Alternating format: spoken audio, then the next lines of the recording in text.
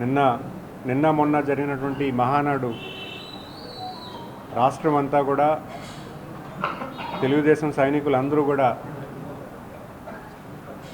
పెద్ద ఎత్తున పార్టిసిపేట్ చేసి తెలుగుదేశం పార్టీ ఎప్పుడూ చూడని విధంగా మహానాడు ఒక మంచి సక్సెస్ చేకూర్చిందనే విషయాన్ని మీ అందరూ కూడా తెలియజేసుకుంటున్నాను. సుమారు 25 లక్షల మంది కార్యకర్తలు క్లస్టర్స్ 1860 క్లస్టర్స్లో రాష్ట్రమంతా కూడా భాగస్వామ్యం అవడం, అది తెలుగుదేశం పార్టీ తాలూకా విజయం అని చెప్పి నేను చెప్పుకోవాలి.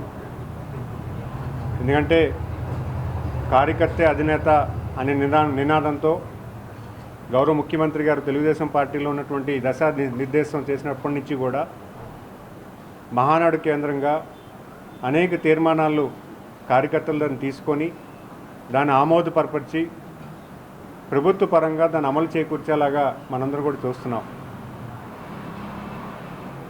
మరి నిన్న మొన్న అటు రాష్ట్రంలో కానీ విజయనగరం జిల్లాలో కానీ మరి నేను ఉన్నటువంటి గజపతినగరం నియోజకవర్గంలో కానీ ప్రతి తెలుగుదేశం కార్యకర్త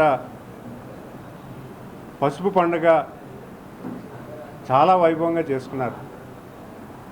ఒక రకంగా చూసుకుంటే ప్రతి కార్యకర్త కూడా చాలా ఒక గ్రామ పండుగ ఎలాగైతే చేసుకున్నారో 12 గ్రామాలు కలిపి కుటుంబ సమేతంగా పసుపు పండుగని గ్రామదేవత పండగలాగే ఓన్ చేసుకొని సెలబ్రేట్ చేయడం అంటే చాలా మంచి విషయంగా పార్టీ పరంగా మేము ఆలోచన చేస్తున్నాము, ఆనందిస్తున్నాము. మరి గౌరవ ముఖ్యమంత్రి గారు ప్రపంచంలో ఉన్నటువంటి విపత్తుని దృష్టిలో పెట్టుకొని ఎప్పుడు ప్రతికూల పరిస్థితుల్లో కూడా దాన్ని అనుకూలంగా ఎలా మలుచుకోవాలి, మన ఉద్దేశం కార్యకర్తలందరినీ కూడా చైతన్యపరచాలి, ముఖ్యంగా కార్యకర్తల తాలూకా తీర్మానాలు తీసుకోవాలి, ప్రభుత్వం దాని మీద ఎలాంటి యాక్షన్ తీసుకోవాలి అనే దాని మీద ప్రధానంగా మహానాడు జరుపుకుంటే ఈరోజు ఎక్కువ తెలుగుదేశం కార్యకర్తలు పార్టిసిపేట్ చేయడం, దాన్ని ఈ రకంగా సెలబ్రేట్ చేసుకోవడం మాకు చాలా ఆనందం కలిగించింది. ముఖ్యంగా నేను ఒక 2.5 సంవత్సరాలుగా ప్రజా జీవితంలో రావడం జరిగింది. ఒక నాయకుడిగా వాళ్ళందరినీ చూశాక నాకు కూడా చాలా ఆనందం కల్పించింది.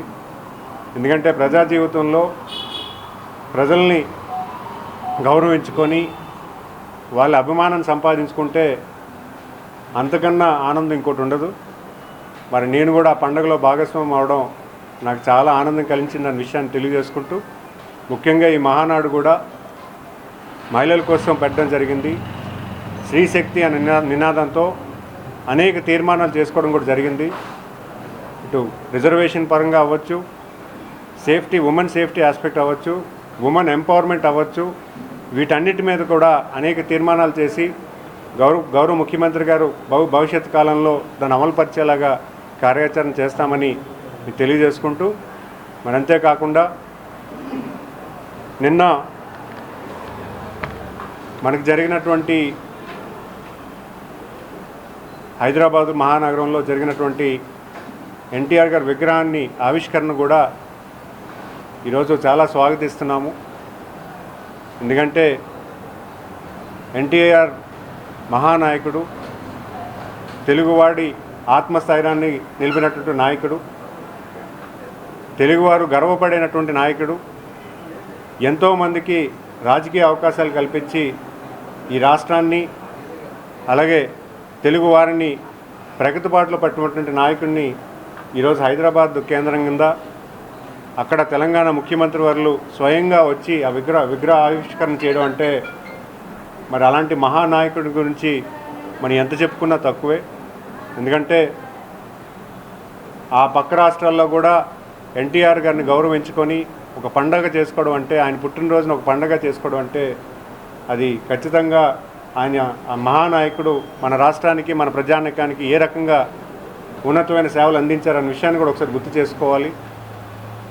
ఆయన బాధ్యతలు తీసుకున్న తర్వాత మహిళలకి ఆస్తిలో సగ వాటా కల్పించడమే కాకుండా మహిళలకి రిజర్వేషన్ కల్పించాలన్న ఆలోచన తీసుకురావడం, మహిళల అభ్యున్నతి కోసం అనేక కార్యాచరణ చేయడం, అలాగే సంక్షేమ కార్యక్రమాలు చేయడం, 2 రూపాయలకే కిలో బియ్యం ఇవ్వడం, మరి అలాగే హౌసింగ్ ఇవ్వడం. ఎన్టీఆర్ హౌసింగ్ అనేది దేశంలోనే ఆదర్శమైనటువంటి స్కీమ్. అది మరి అప్పటి ముఖ్యమంత్రి వర్లు అలాగే తెలుగుదేశం పార్టీ వ్యవస్థాపకులు ఆయన హౌసింగ్ స్కీమ్ని పెద్ద ఎత్తున తీసుకురావడం వల్ల ఈరోజు దేశమంతా కూడా హౌసింగ్ స్కీమ్ కూడా నడుస్తుంది. మరి అలాగే 2 రూపాయల కిలో బియ్యం కూడా పట్టెడు అన్నం ప్రతి ఒక్కరికి తినాలని ఆ రోజు నాంది పలికితే ఈరోజు దేశం అంతా కూడా ఈరోజు రేషన్లో ఫ్రీగా కిలో రూపాయలు ఫ్రీగా రైస్ కూడా ఇవ్వడం జరుగుతుంది. ఇవన్నీ కూడా మన ప్రీతమ నాయకులు అన్న నందమూరి తారక రామారావు గారు ఇచ్చినటువంటి తెలుగుదేశం పార్టీ కానీ, ఆయన ఇచ్చినటువంటి అత్యున్నత సేవలు కానీ ప్రజలు ఎప్పుడు కూడా మర్చిపోలేని విషయాన్ని మీ అందరూ కూడా తెలియజేసుకుంటూ, మరి ఇంతటి మహానాడిని ఘన విజయం చేసినటువంటి ప్రతి తెలుగుదేశం కార్యకర్తకి నా హృదయపూర్వక నమస్కారాలు తెలియజేసుకుంటూ, ఎందుకంటే కార్యకర్త అధినేత నమ్మినటువంటి సిద్ధాంతం తెలుగుదేశం పార్టీ. ఖచ్చితంగా ప్రతి కార్యకర్తని మేము బలోపేతం చేస్తాము. ప్రజలకు ఏం కావాలో, ప్రజా సేవకి ఏం కావాలో వాళ్ళ దగ్గర తీసుకున్నటువంటి వినతుల మీద ఈ ప్రభుత్వం పనిచేస్తుందన్న విషయాన్ని తెలియజేసుకుంటూ, మరి మీ అందరికీ కూడా మహానాడుగా కార్యకర్తలు ముఖ్యంగా మహానాడిని గ్రాండ్ సక్సెస్ చేసినందుకు ధన్యవాదాలు తెలియజేసుకుంటూ, మరి అలాగే ఈ హైబ్రిడ్ మోడల్ని గౌరవ ముఖ్యమంత్రి గారు అలాగే మా యువ నాయకులు నారా లోకేష్ గారు టెక్నాలజీని చేరువ చేసి, టెక్నాలజీ కూడా చాలా ప్రిమిటివ్గా ఎక్కడెక్కడ జియో కోఆర్డినేట్స్ తీసుకొని అక్కడ ఉన్నటువంటి సీసీ కెమెరా నెట్వర్క్ స్ట్రెంగ్త్ని తీసుకొని ఒక మంచి వ్యవస్థలో ఈ మహానాడు వ్యవస్థ జరిగిందంటే దానికి సరైనటువంటి నాయకత్వం వహించడం వల్ల మరి నారా లోకేష్ గారికి, అలాగే రాష్ట్ర పార్టీ అధ్యక్షుడు పల్లా శ్రీనివాస్ గారికి, అలాగే పార్టీ నుంచి ఉన్నటువంటి నాయకత్వం అందరికీ కూడా ప్రత్యేకించి నేను ధన్యవాదాలు తెలియజేసుకుంటూ, మీ అందరికీ కూడా నేను కార్యకర్తలందరికీ కూడా ఎల్లప్పుడూ కూడా మేము అండగా ఉంటామని మరి పార్టీ పరంగా ఒక నాయకుడిగా నేను కూడా చెప్పుకుంటూ